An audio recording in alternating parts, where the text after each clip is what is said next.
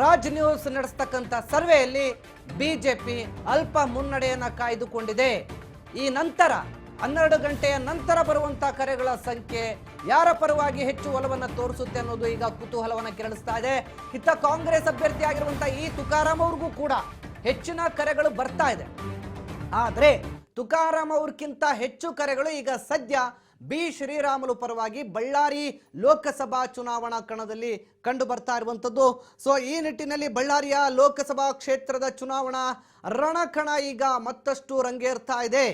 ಈಗಾಗಲೇ ಚುನಾವಣಾ ಜಿದ್ದಾಜಿದ್ದಿಯಲ್ಲಿ B Sriramulu versus ಈ ತುಕಾರಾಂ ನಡುವೆ ದೊಡ್ಡ ಪೈಪೋಟಿ ನಡೀತಾ ಇದೆ. ಬಿ ಶ್ರೀರಾಮುಲು ಅವರಿಗೆ ಈಗ ಬೆನ್ನೆಲುಬಾಗಿ ರೆಡ್ಡಿ ಬ್ರದರ್ಸ್ ಈಗ ಮತ್ತೆ ಹೆಗಲು ಕೊಟ್ಟಿದ್ರೆ, ಇತ್ತ ಈ ತುಕಾರಾಂಗೆ ಸಂತೋಷ್ ಲಾಡ್ ಮತ್ತೆ ಬಿ ನಾಗೇಂದ್ರ ದೊಡ್ಡ ಮಟ್ಟದ ಶಕ್ತಿಯನ್ನು ತುಂಬುತ್ತಾ ಇದ್ದಾರೆ. ಸೊ ಹೀಗಾಗಿ ಬಹಳ ದೊಡ್ಡ ಮಟ್ಟದ ನಾಯಕರ ಪೈಪೋಟಿಯಲ್ಲಿ ಅಭ್ಯರ್ಥಿಗಳಿಗಿಂತ ಹೆಚ್ಚಾಗಿ ಕಂಡು ಬರ್ತಾ ಇದೆ.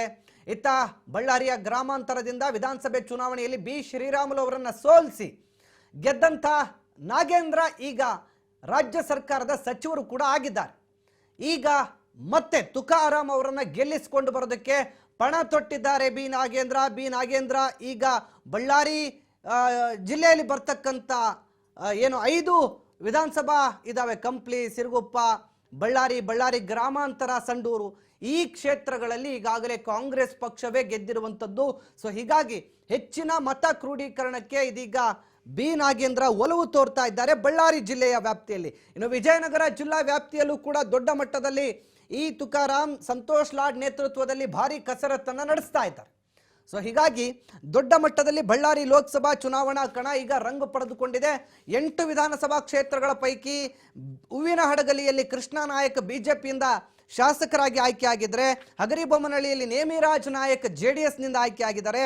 ಇನ್ನು ವಿಜಯನಗರದಲ್ಲಿ HR ಗವಿಯಪ್ಪ ಕಾಂಗ್ರೆಸ್ನಿಂದ ಆಯ್ಕೆಯಾಗಿದ್ದಾರೆ.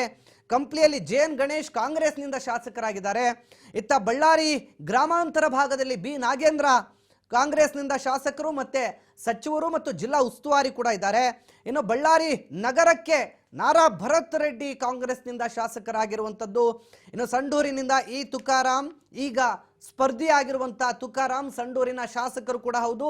ಈಗ ಬಳ್ಳಾರಿ ಲೋಕಸಭಾ ಟಿಕೆಟ್ ಅನ್ನು ಪಡೆದು ಚುನಾವಣಾ ಕಣದಲ್ಲಿದ್ದಾರೆ. ಜೊತೆಗೆ ಕೂಡ್ಲಿಗೆಯಲ್ಲಿ ಡಾಕ್ಟರ್ ಶ್ರೀನಿವಾಸ್ ST ಕಾಂಗ್ರೆಸ್ನಿಂದ ಶಾಸಕರಾಗಿ ಆಯ್ಕೆಯಾಗಿದ್ದಾರೆ. ಸೊ ಈ ನಿಟ್ಟಿನಲ್ಲಿ ಕಾಂಗ್ರೆಸ್ ಶಾಸಕರ ಬಲ ಇಲ್ಲಿ ಹೆಚ್ಚಿರುವಂಥದ್ದು. ಒಟ್ಟಾರೆ 6 ಕ್ಷೇತ್ರಗಳಲ್ಲಿ ಕಾಂಗ್ರೆಸ್ ಇದ್ರೆ 1ರಲ್ಲಿ JDS, 1ರಲ್ಲಿ ಬಿಜೆಪಿ. ಸೊ ಹೀಗಾಗಿ ಕಾಂಗ್ರೆಸ್ ಶಾಸಕರ ಬಲ ಕೂಡ ಈ ಬಾರಿ ಬಳ್ಳಾರಿ ಲೋಕಸಭಾ ಕ್ಷೇತ್ರ ವ್ಯಾಪ್ತಿಗೆ ಬರ್ತಕ್ಕಂಥ ವಿಧಾನಸಭಾ ಕ್ಷೇತ್ರಗಳಲ್ಲಿ ಹೆಚ್ಚಿನ ಸ್ಥಾನಮಾನಗಳಿದೆ. ಸೊ ಈ ನಿಟ್ಟಿನಲ್ಲಿ ಈಗ ಜಿದ್ದಾಜಿದ್ದಿಯ ಕಣ ಆಗ್ತಾ ಇರುವಂಥದ್ದು. ಹಾಗಾದ್ರೆ ಬಳ್ಳಾರಿ ಲೋಕಸಭಾ ಚುನಾವಣಾ ವ್ಯಾಪ್ತಿಯಲ್ಲಿ ಯಾವೆಲ್ಲ ಸಮುದಾಯದ ಮತಗಳು ನಿರ್ಣಾಯಕ ಪಾತ್ರವನ್ನು ವಹಿಸ್ತವೆ, ಯಾವ್ಯಾವ ಸಮುದಾಯಕ್ಕೆ ಎಷ್ಟು ಸಂಖ್ಯೆಯ ಮತದಾರರಿದ್ದಾರೆ ಅನ್ನುವಂಥದ್ದನ್ನು ಜಾತಿ ಲೆಕ್ಕಾಚಾರದಲ್ಲಿ ನಾವು ನೋಡ್ತಾ ಹೋಗೋದಾದ್ರೆ, ಇಲ್ಲಿ ಲಿಂಗಾಯತ ಸಮುದಾಯದ ಮತಗಳು ನಿರ್ಣಾಯಕ ಪಾತ್ರವನ್ನು ವಹಿಸ್ತವೆ. 3,50,000 ಮತಗಳು ಲಿಂಗಾಯತ ಸಮುದಾಯದ ಮತಗಳು ಇರುವಂಥದ್ದು. ಈ ಮತಗಳು ಕೂಡ ಬಳ್ಳಾರಿಯಲ್ಲಿ ನಿರ್ಣಾಯಕ ಪಾತ್ರವನ್ನು ವಹಿಸ್ತವೆ. ಸೊ ಹೀಗಾಗಿ ಲಿಂಗಾಯತ ಮತಗಳು ಯಾರ ಪರವಾಗಿ ವಾಲ್ತಾವೆ ಅನ್ನೋದು ಕೂಡ ಪ್ರಮುಖ ವಿಚಾರ ಆಗುತ್ತೆ. ಅದರ ಜೊತೆಗೆ ಕಾಂಗ್ರೆಸ್ ಪಕ್ಷದಲ್ಲೂ ಮತ್ತು ಬಿಜೆಪಿ ಪಕ್ಷದಲ್ಲೂ ಎರಡೂ ಪಕ್ಷಗಳಲ್ಲೂ ಕೂಡ ಲಿಂಗಾಯತ ಪ್ರಬಲ ನಾಯಕರು ಕೂಡ ಮುಖಂಡರಾಗಿರುವಂಥದ್ದು. ಹೀಗಾಗಿ ಲಿಂಗಾಯತ ಮತಗಳು ಯಾರ ತೆಕ್ಕೆಗೆ ಬೀಳ್ತಾವೆ ಅನ್ನುವ ಅಂದಾಜು ಕೂಡ ಬಳ್ಳಾರಿ ಲೋಕಸಭೆಯಲ್ಲಿ ಲೆಕ್ಕ ಹಾಕೋದಕ್ಕೆ ಆಗೋದಿಲ್ಲ. ಸೊ ಯಾವ ಅಭ್ಯರ್ಥಿ ಯಾವ ರೀತಿಯಾಗಿ ಲಿಂಗಾಯತ ಮತಗಳನ್ನು ಓಲೈಸ್ತಾರೆ ಅನ್ನೋದ್ರ ಮೇಲೆ ಅಲ್ಲಿ ಆ ಸಮುದಾಯದ ಮತಗಳು ನಿರ್ಣಾಯಕ ಪಾತ್ರವನ್ನು ಬೀರ್ತವೆ. ಅದರ ಜೊತೆಗೆ ಪರಿಶಿಷ್ಟ ಜಾತಿ ಮತಗಳು ಕೂಡ ಇಲ್ಲಿ ಬಹಳ ದೊಡ್ಡ ಸಂಖ್ಯೆಯಲ್ಲಿದೆ. 3,15,000 ಮತಗಳು ಪರಿಶಿಷ್ಟ ಜಾತಿ ಮತಗಳು ಇಲ್ಲಿ ಇರುವಂಥದ್ದನ್ನು ನಾವು ಗಮನಿಸಬಹುದು. ಸೊ ಈ ನಿಟ್ಟಿನಲ್ಲಿ ಪರಿಶಿಷ್ಟ ಜಾತಿ ಮತಗಳು ಇವಾಗ ಯಾರ ತೆಕ್ಕೆಗೆ ಬೀಳುತ್ತವೆ? ಗ್ರಾಮೀಣ ಭಾಗದಲ್ಲಿ ಅತಿ ಹೆಚ್ಚು ಪರಿಶಿಷ್ಟ ಜಾತಿ ಮತ್ತು ಪರಿಶಿಷ್ಟ ಪಂಗಡದ ಮತಗಳು ಬಳ್ಳಾರಿ ಜಿಲ್ಲೆಯಲ್ಲಿ ಬರ್ತವೆ. ಸೊ ಹೀಗಾಗಿ ಇಲ್ಲಿ SC ST ಮತಗಳು ಬಹಳ ನಿರ್ಣಾಯಕ ಪಾತ್ರ ಮತ್ತು ಮೀಸಲು ಕ್ಷೇತ್ರ ಕೂಡ ಹೌದು. SC ST ಮೀಸಲು ಕ್ಷೇತ್ರ ಆಗಿರೋದ್ರಿಂದ ಬಿ ಶ್ರೀರಾಮುಲು ಈ ತುಕಾರಾಂ ನಡುವೆ ನಡೀತಕ್ಕಂಥ ಪೈಪೋಟಿಯಲ್ಲೀಗ SC ST ಮತಗಳು ಯಾರ ಪರವಾಗಿ ವಾಲ್ತಾವೆ ಅನ್ನುವಂಥದ್ದು ಕೂಡ ಪ್ರಮುಖ ವಿಚಾರವಾಗಿದೆ. ಪರಿಶಿಷ್ಟ ಪಂಗಡದ ಮತಗಳು 3,25,000, ಪರಿಶಿಷ್ಟ ಜಾತಿ ಮತಗಳು 3,15,000, ಲಿಂಗಾಯತ ಮತಗಳು 3,50,000 ಇರುವಂಥದ್ದು. ಸೊ ಈ ಪ್ರಮುಖ ಸಮುದಾಯಗಳು ಇಲ್ಲಿ ನಿರ್ಣಾಯಕ ಪಾತ್ರವನ್ನು ವಹಿಸೋದರ ಜೊತೆಗೆ ಮತ್ತೊಂದು ಸಮುದಾಯ ಕುರುಬ ಸಮುದಾಯ ಕೂಡ 2,20,000 ಮತಗಳನ್ನು ಹೊಂದಿರುವಂಥದ್ದು. ಹೀಗಾಗಿ ಕುರುಬ ಮತಗಳು ಕೂಡ ಈಗ ಯಾರ ಪರವಾಗಿ ವಾಲುತ್ತೆ ಅನ್ನುವಂಥ ಕುತೂಹಲ ಕೂಡ ಬಳ್ಳಾರಿಯಲ್ಲಿರುವಂಥದ್ದು. ಇನ್ನು ಅದರ ಜೊತೆಗೆ ಮುಸ್ಲಿಂ ಮತಗಳು ಕೂಡ ಇಲ್ಲಿ ಪ್ರಮುಖ ಪಾತ್ರ ವಹಿಸ್ತವೆ. ಮುಸ್ಲಿಂ ಮತಗಳು ಕೂಡ 2 ಲಕ್ಷ ಇಲ್ಲಿ ಬಳ್ಳಾರಿ ಲೋಕಸಭಾ ಕ್ಷೇತ್ರ ವ್ಯಾಪ್ತಿಯಲ್ಲಿ ಬರ್ತವೆ. ಅದರ ಜೊತೆಗೆ ಬಲಿಜ ಸಮುದಾಯದ ಮತಗಳು ಕೂಡ 40,000 ಇರುವಂಥದ್ದು. ಇನ್ನು ನೇಕಾರ ಸಮಾಜದ ಮತದಾರರು ಕೂಡ 28,000 ಇದ್ದಾರೆ.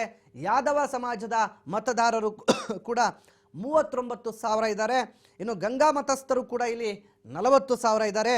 ಉಪ್ಪಾರ ಸಮುದಾಯದ ಮತಸ್ಥರು ಕೂಡ ಇಲ್ಲಿ 28,000 ಇದ್ದಾರೆ. ಮಡಿವಾಳ ಸಮಾಜದ ಮತದಾರರು 25,000, ಬ್ರಾಹ್ಮಣ 28,000, ರೆಡ್ಡಿ ಸಮುದಾಯದ ಮತಗಳು 20,000, ಕಮ್ಮಾರ ಮತಗಳು 25,000, ವೈಶ್ಯರ ಮತಗಳು 20,000, ಇತರೆ 30,000. ಹೀಗೆ ಸಣ್ಣ ಸಣ್ಣ ಸಮುದಾಯಗಳ ಮತಗಳು ಕೂಡ ಇಲ್ಲಿ ನಿರ್ಣಾಯಕ ಪಾತ್ರವನ್ನು ವಹಿಸುವಂಥದ್ದು ಗಮನಿಸಬಹುದು. ಸೊ ಒಟ್ಟಾರೆ ಬಳ್ಳಾರಿ ಲೋಕಸಭಾ ಕ್ಷೇತ್ರಕ್ಕೆ ಸಂಬಂಧಪಟ್ಟಂತೆ ಇದೀಗ ಭಾರಿ ದೊಡ್ಡ ಮಟ್ಟದಲ್ಲಿ ಪೈಪೋಟಿ ಅಂತೂ ಈಗ ಕಂಡು ಬರ್ತಾ ಇದೆ. ಬೆಳಗ್ಗೆ 9 ಗಂಟೆಯಿಂದ ಇಲ್ಲಿವರೆಗೂ ಕೂಡ ನಾವೇನು ಕರೆ ತೆಗೆದುಕೊಂಡಿದ್ದೀವಿ ಆ ಕರೆಗಳ ಪೈಕಿ ಈಗ ಸದ್ಯದ ಮಟ್ಟಿಗೆ ಬಿಜೆಪಿ ಅಲ್ಪ ಮುನ್ನಡೆಯನ್ನ ಕಾಯ್ದುಕೊಳ್ತಾ ಇದೆ. ಈಗ ಸಮಯ 12 ಗಂಟೆ. ಈ ಕ್ಷಣಕ್ಕೆ ನಮ್ಮ ರಾಜ್ ನ್ಯೂಸ್ನಲ್ಲಿ ಬಳ್ಳಾರಿಯ ಫಲಿತಾಂಶವನ್ನು ನೋಡ್ತಾ ಹೋಗೋದಾದ್ರೆ ಬಿಜೆಪಿ ಅಲ್ಪ ಮುನ್ನಡೆ. ಇನ್ನು ಕಾಂಗ್ರೆಸ್ನ ಈ ತುಕಾರಾಂ ಕೂಡ ಭಾರಿ ಪೈಪೋಟಿಯನ್ನು ಕೊಡ್ತಾ ಇದ್ದಾರೆ. ಈ ತುಕಾರಾಂ ಅವರಿಗೆ ಈಗ ಮಧ್ಯಾಹ್ನದ ನಂತರ ಎಷ್ಟು ಕರೆಗಳು ಬರ್ತದೆ ಅನ್ನೋದ್ರ ಮೇಲೆ ಈ ಬಾರಿ ಬಳ್ಳಾರಿಯ ಜನ ಯಾರ ಪರವಾಗಿ ವಾಲಬಹುದು ಅನ್ನುವಂಥ ಒಂದು ಸ್ಪಷ್ಟ ಚಿತ್ರಣ ಸಿಗುತ್ತೆ. ಈಗಾಗಲೇ ಎಲ್ಲ ನಾಯಕರು ಕೂಡ ಪ್ರತಿಷ್ಠೆಯ ಕಣವಾಗಿ ತೆಗೆದುಕೊಂಡಿರುವಂಥ ಈ ಬಳ್ಳಾರಿಯ ರಣಕಣ ಈ ಬಾರಿ ಕೂಡ ಮತ್ತಷ್ಟು ರಂಗು ಪಡೆದುಕೊಳ್ಳುವಂಥ ಎಲ್ಲ ಸಾಧ್ಯತೆಗಳಿದೆ. ಅದರಲ್ಲೂ ಲೋಕಸಭಾ ಚುನಾವಣೆ ಅಂತ ಬಂದಾಗ ಈ ಭಾಗದಲ್ಲಿ ಘಟಾನುಘಟಿ ನಾಯಕರು ಸುಷ್ಮಾ ಸ್ವರಾಜ್ ಮತ್ತು ಸೋನಿಯಾ ಗಾಂಧಿ ಅಂತ ಮಹಾನಾಯಕರು ಕೂಡ ಬಳ್ಳಾರಿಯ ಕಣದಲ್ಲಿ ಸ್ಪರ್ಧೆ ಮಾಡಿ ಗೆಲುವು ಸೋಲಿಗಾಗಿ ಹೋರಾಟ ಮಾಡಿ ಇವತ್ತು ಸಾಕಷ್ಟು ದೊಡ್ಡ ಮಟ್ಟದಲ್ಲಿ ಹೆಸರುವಾಸಿಯಾಗಿದೆ ಬಳ್ಳಾರಿ ಲೋಕಸಭಾ ಕ್ಷೇತ್ರ. ಈ ಲೋಕಸಭಾ ಕ್ಷೇತ್ರದಲ್ಲಿ 1999 ಬಳಿಕ ಬಹಳ ದೊಡ್ಡ ಮಟ್ಟದ ರಾಜಕೀಯ ಬೆಳವಣಿಗೆಗಳು ಕಂಡು ಬಂತು. 99ರವರೆಗೂ ಕೂಡ ಬಳ್ಳಾರಿ ಕಂಪ್ಲೀಟ್ ಆಗಿ ಕಾಂಗ್ರೆಸ್ ವಶದಲ್ಲಿತ್ತು. ಅದಾದ ನಂತರ ಸೋನಿಯಾ ಗಾಂಧಿ ಮತ್ತು ಸುಷ್ಮಾ ಸ್ವರಾಜ್ ಅವರ ಸ್ಪರ್ಧೆ ಆಗುತ್ತೆ. ಅಲ್ಲಿಂದ ಸುಷ್ಮಾ ಸ್ವರಾಜ್ ಸೋಲನ್ನು ಕಂಡ ಬಳಿಕ ರೆಡ್ಡಿ ಬ್ರದರ್ಸ್ ಆಕ್ಟಿವ್ ಆಗ್ತಾರೆ ಬಳ್ಳಾರಿಯಲ್ಲಿ. ಬಿಜೆಪಿ ಆಗ ಹಿಡಿತವನ್ನ ಸಾಧಿಸ್ತಾ ಹೋಗುತ್ತೆ. ನಂತರದ ದಿನಗಳಲ್ಲಿ ರೆಡ್ಡಿ ಸೆರೆಮನೆ ವಾಸಕ್ಕೆ ಹೋದಂಥ ಸಂದರ್ಭದಲ್ಲಿ ಮತ್ತೆ ಕಾಂಗ್ರೆಸ್ ತನ್ನ ತೆಕ್ಕೆಗೆ ಹಾಕಿಕೊಳ್ಳುತ್ತೆ.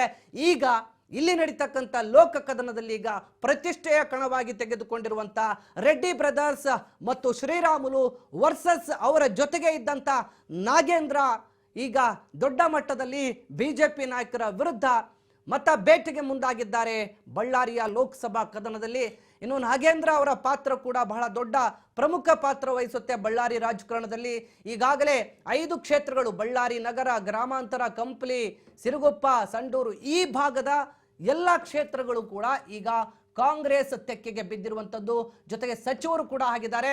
ಇನ್ನು ಈ ನಡುವೆ ಬಹಳ ದೊಡ್ಡ ಮಟ್ಟದಲ್ಲಿ ವರ್ಚಸ್ಸು ಕೂಡ ರಾಜಕೀಯವಾಗಿ ಬಿ ನಾಗೇಂದ್ರ ಅವರು ಆ ಭಾಗದಲ್ಲಿ ಆ ಒಂದು ಕ್ಷೇತ್ರಗಳಲ್ಲಿ ಕೂಡ ವರ್ಚಸ್ಸು ಹೆಚ್ಚಿಸಿಕೊಂಡಿದ್ದಾರೆ. ಹೀಗಾಗಿ ಇಲ್ಲಿ ಸುಲಭವಾಗಿ ಯಾರಿಗೋ ಒಬ್ಬರಿಗೆ ಓಟ್ ಬಿದ್ದು ಬಿಡುತ್ತೆ, ಯಾರೋ ಒಬ್ರು ಗೆದ್ದು ಬಿಡ್ತಾರೆ ಅಂತ ಅಷ್ಟು ಸುಲಭವಾಗಿ ಹೇಳೋದಕ್ಕಾಗೋದಿಲ್ಲ. ಯಾವಾಗಲೂ ಕೂಡ ಈ ಬಳ್ಳಾರಿಯ ಲೋಕಸಭಾ ಕದನ ಸಾಕಷ್ಟು ಆಯಾಮಗಳಲ್ಲಿ ಗಂಭೀರ ಪರಿಣಾಮವನ್ನು ಉಂಟು ಮಾಡಿದೆ.